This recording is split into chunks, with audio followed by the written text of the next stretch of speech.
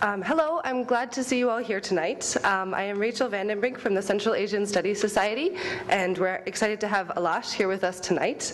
The Central Asian Studies Society is an RSO that supports cultural events on campus, like film screenings, lectures, and dinners, with the aim of promoting the understanding of the peoples and cultures and history of Central Asia. And every year we bring a musical performance to campus in the spring. I want to thank you for coming tonight and also encourage you to make a donation to the Central Asian Studies Society, because that's what helps us do this each year. And I would also like to thank the other members of the Central Asian Studies Society, as well as Meredith Klassen, Jeremy Pinkham, and Brenton Allen from CERES, the Center for East European and Russian Eurasian Studies, Marta Nicholas from WHPK, and the International House Global Voices Program. And now I'd like to introduce someone who's been, for a very long time, an important force behind Central Asian Studies at the university, Khan Arik.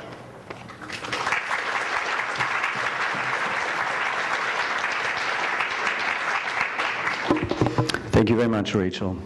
My name is Khan Arik, and I've been teaching Turkish and Turkic languages and Central Asian Studies at this university for about 9 years now. Every year we like to organize an event like this one, bring musicians from Central Asia. And this year's event was made possible by the efforts of a great number of people, some of whom were mentioned by Rachel here. And I'd have to say that without Rachel's tireless organization for the past year, none of this would be possible, so thank you, Rachel.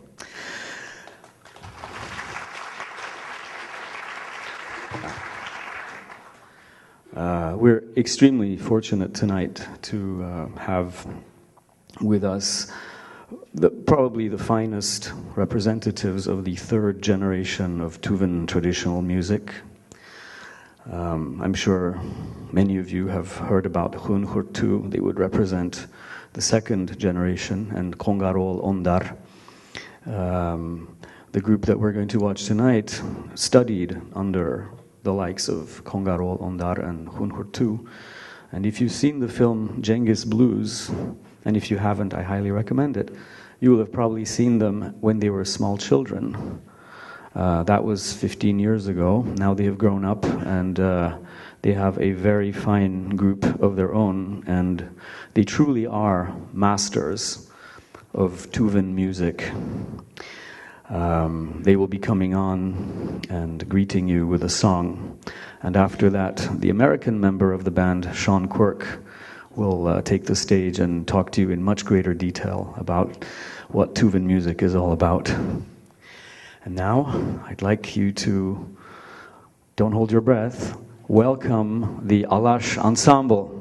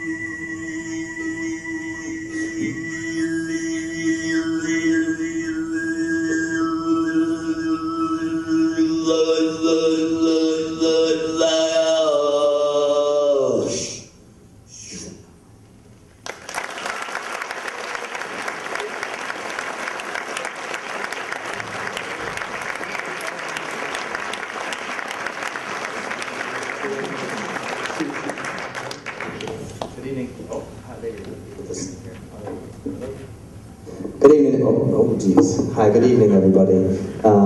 Welcome to the music of Tuva here at the International House, University of Chicago, presented by the ensemble Alash. Four of the finest members of the current generation of Tuvan throat singers and Tuvan musicians. These young men represent bearers of a tradition that is thousands, if not tens of thousands of years old. The type of singing we just heard and we're going to be hearing tonight is known in the West as throat singing, and Tuvan is known as Hume, subtly, and it's a kind of singing that some people think, some very qualified people think, may even go back to a time before human language. So we're going to take a journey through space and time this evening through the music of Alash. My name is Sean Quirk. I am the only full-time American resident of the Republic of Tuva and have been for the last 6 years, and I'll be here to guide you on this journey.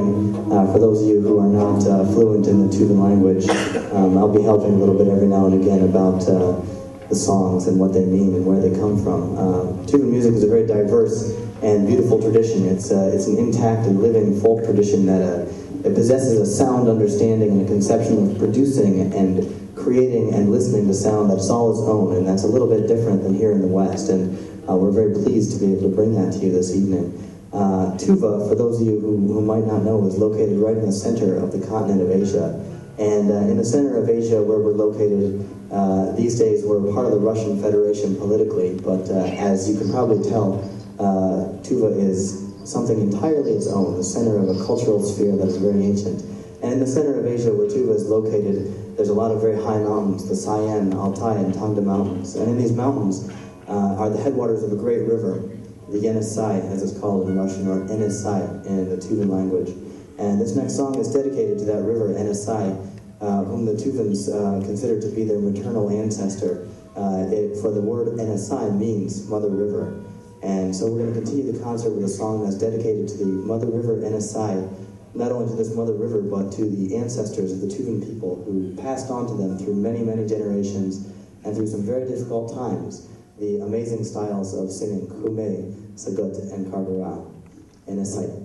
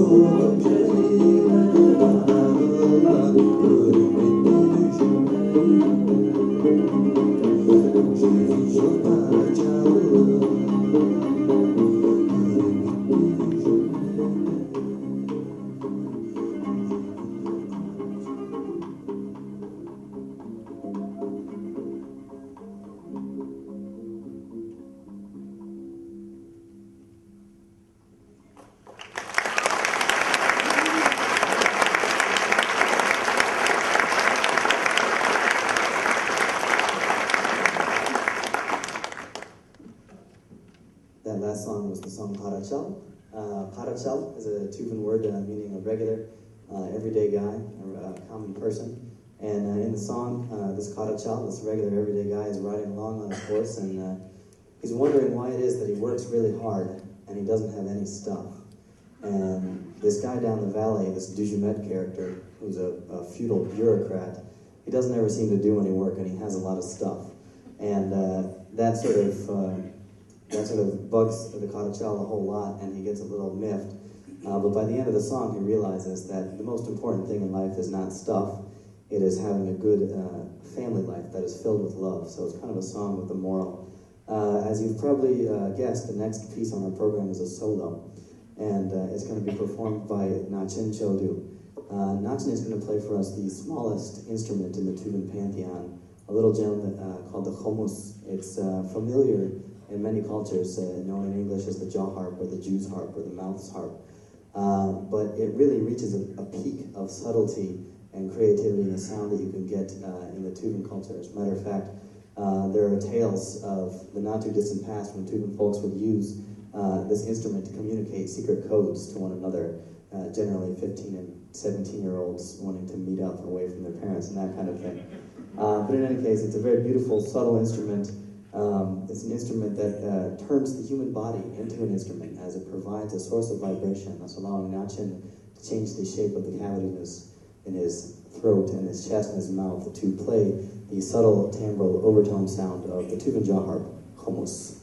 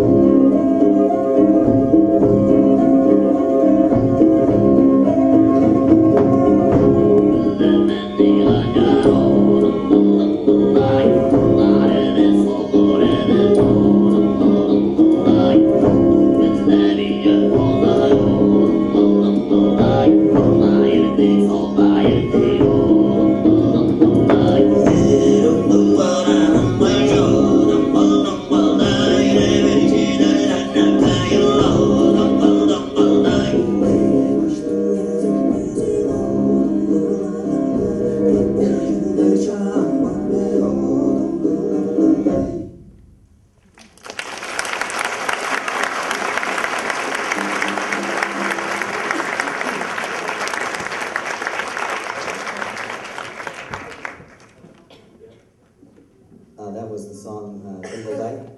Dumbledai is a Tuvan word which, when you translate into English, it means Dumbledai. It's a humorous song, and we'd like to make the point that this music is both very ancient, very powerful, very deeply connected to nature, but it's also the music of people. It's folk music, and it expresses everything that human beings have to express.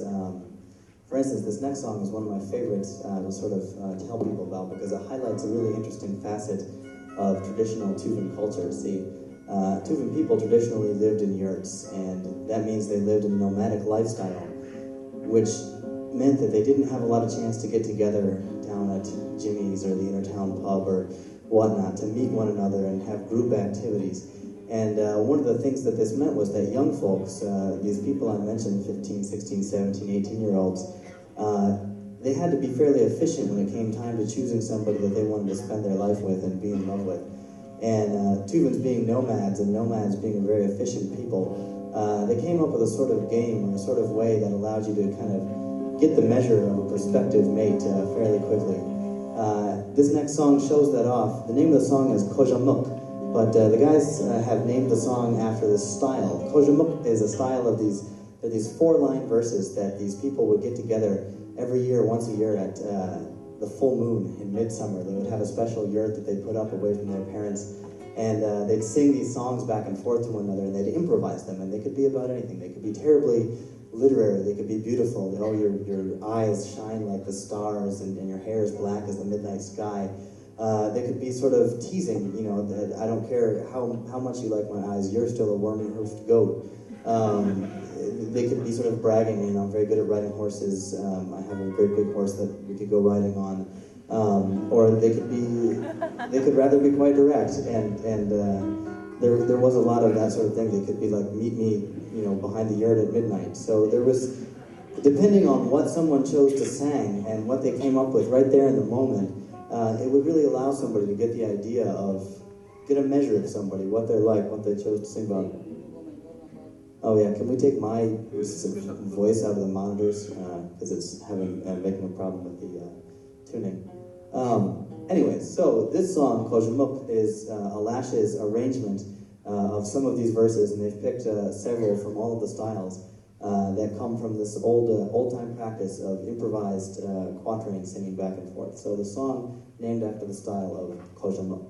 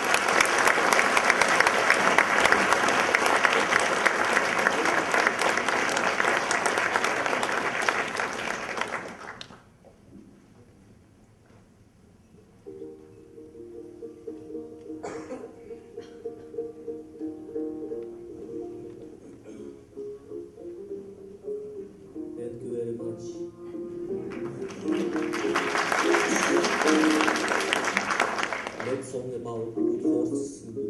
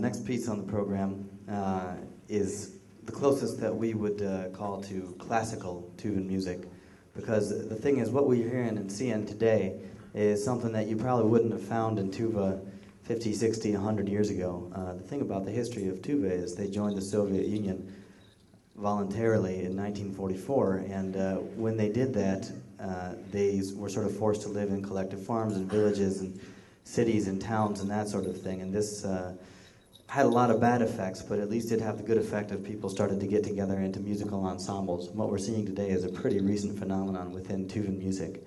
The way you would have heard Tuvan music had you gone to Tuva 100 years ago is the way that we're going to hear it next. As you can tell, it's a solo form again, and Ian Ole is going to showcase for us his excellent and powerful voice in singing the style called Hume, which sort of lies at the center of all the other styles of Tuvan throat singing. If you can't sing Hume, you really can't sing any of the others. And he's going to go into a style where he's going to add an ornamentation onto his Hume called ezengiler. Ezengiler comes from the Tuvan word ezengi, which means stirrups, and it literally means to do the stirrup or to make a stirrup sound. And what it is an imitation of when you're riding on a horse, you've got a stirrup, and the stirrup has a high content of silver, and you've got a whip, and the whip is made of red sumac, and as you ride on the horse, the red sumac handle of your whip ever so lightly taps against your stirrups and creates a ringing sound. So Ionol is going to create that ringing sound with his voice, and he's going to help himself out with a little help from a Tuvan bit and bridle. So let's listen to the classical form of Tuvan music as presented by Ionol Sam in his solo of Ezengiler.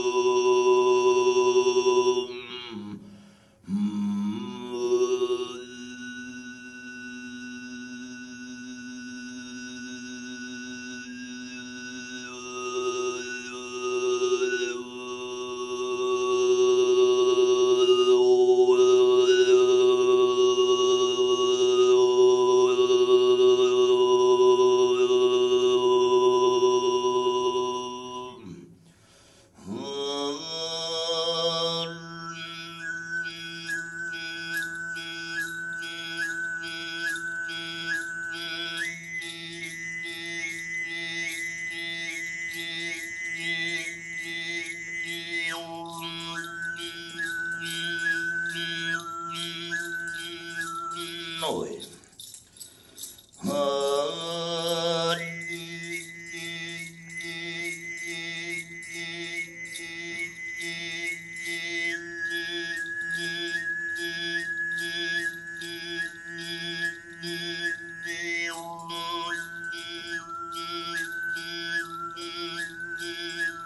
Noi. Oh, yeah, there da will it be so is him la para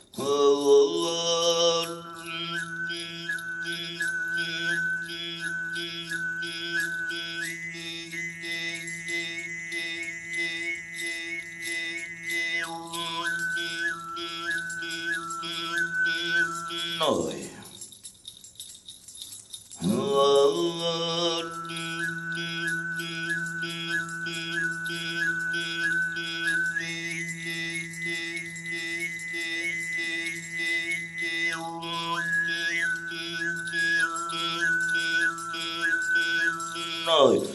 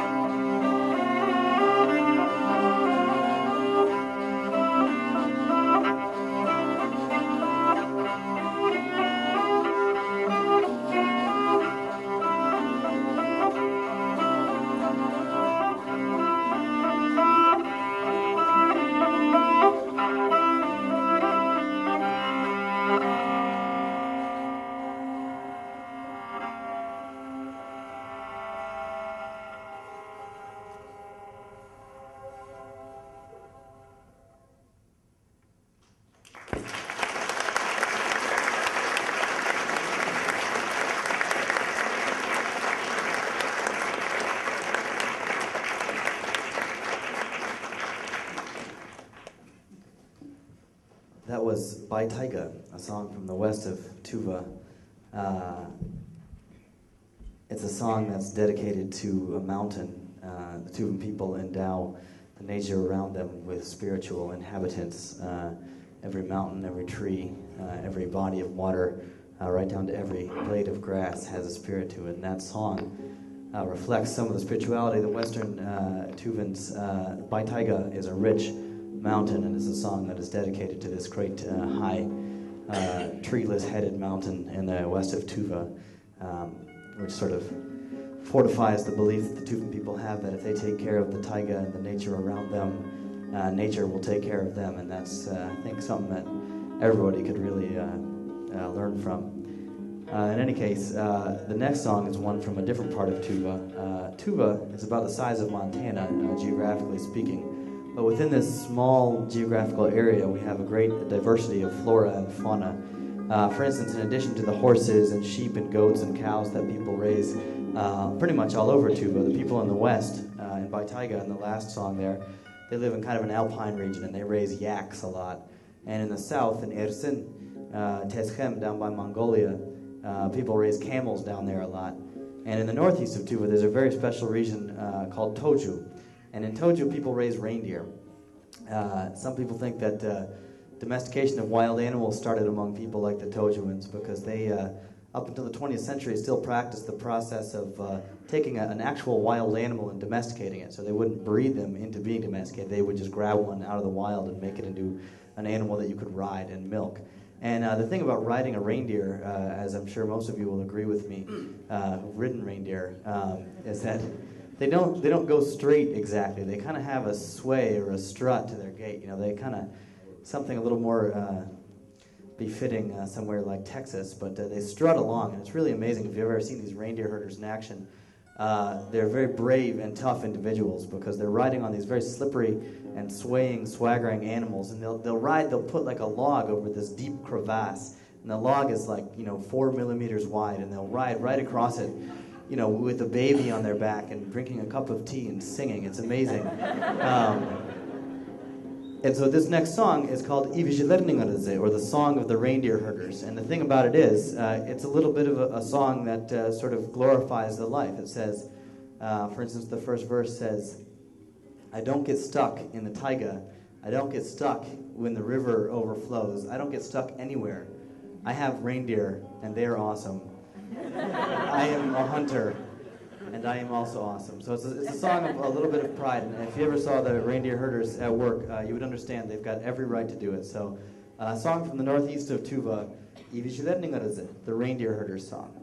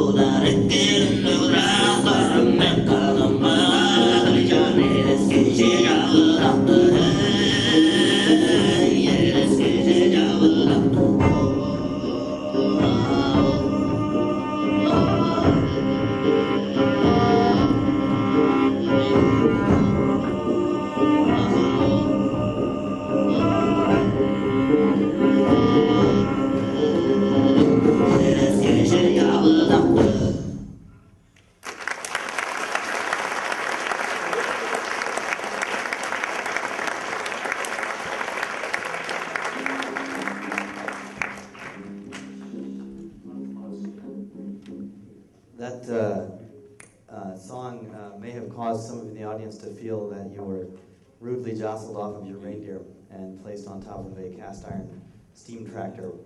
And for that we apologize, but the content of that last song was a song about Chapadak, the famous tractor driver, which was one of the tools that the Soviets used in a lot of places that they came in and wanted to take over. They would change their songs, which had been perfectly good songs about good horses and beautiful women, and they would change them into songs about more exciting things like communism and tractors and castrated bulls and that kind of thing. This next song is another solo as we get towards the end here. This song is going to feature Mr. Bodidorju on dar, who's an amazing musician, a very modest guy. Last year he won the 2008 symposium of Tuvan throat singing, and he's going to play for you the piece that he won the Grand Prix. He's also the youngest person ever to receive the title of People's Throat Singer, or People's Humeji of the Republic of Tuva, and he is also one of the 7.5 people to have ever been on the Chevy Chase show. So he's a very special guy, and he's going to play for us a piece on the Tuvan instrument called the igil. It looks deceivingly simple. It only has 2 strings made of horsehair, but the way he's going to play it will really blow your mind as far as the ability and possibilities of the sound that he's able to elicit from his instrument and his voice as they join together in a sphere of harmony that really expresses the amazing sensibilities of the Tuvan aesthetic. So Bodidorju is going to play for us a solo on the igil.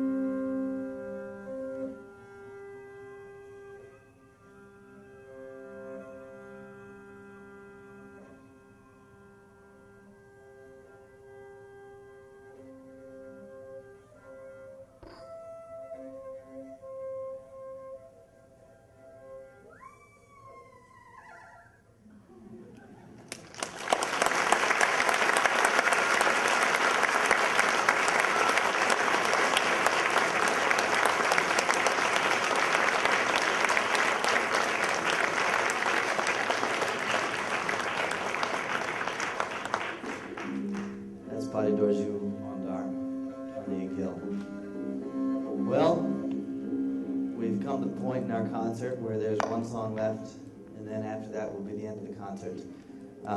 So we're very, very happy that you all came out to see the music and to hear the music this afternoon, this evening. We, of course, would like to thank the university. We'd like to thank everyone who participated in bringing us here to the university. It's not easy to host 5 Tuvans for several days.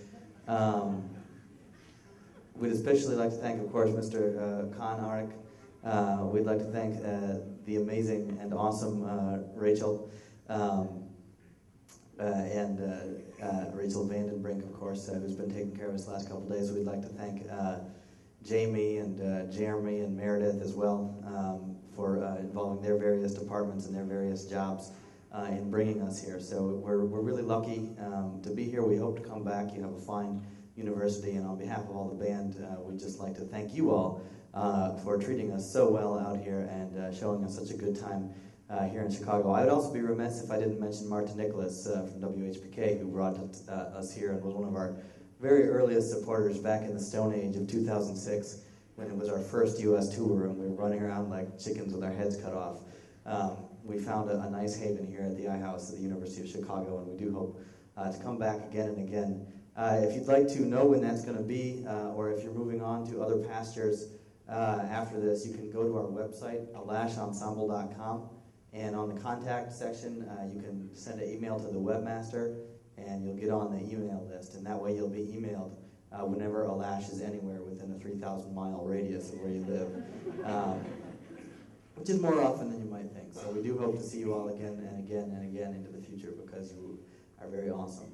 Also, the last thing I'd like to mention before I turn it back over to the band is that we will have CDs out in the hallway at the table out there where the donations were, so please do help support the band. It is a long, long way to and from Siberia, and that this is how we kind of make our living. So if you are interested in the music at all, and you would like to have the honor of taking Alash home without having to worry about long hairs in your shower drain or anything like that, a CD is really the perfect opportunity. Before we get going, I'd like to introduce each member of the band individually. Starting with our percussion master on the Kengurge and Shungarash, we have Ayan Shurjik.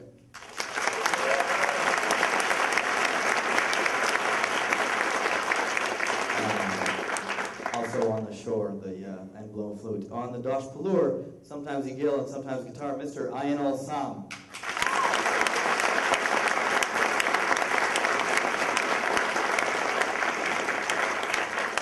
On Igil and guitar, the incomparable Badidor Juandar.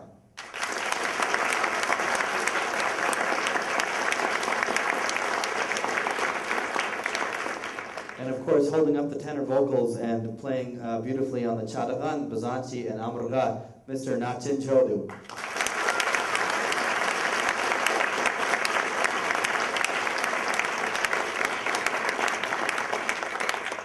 So thank you very much. I am Sean Quirk. We are Alash, and we are going to leave you this evening with a song called The Joker, or I'm a Joker. Bashnakladesh Meniganchar. Alash.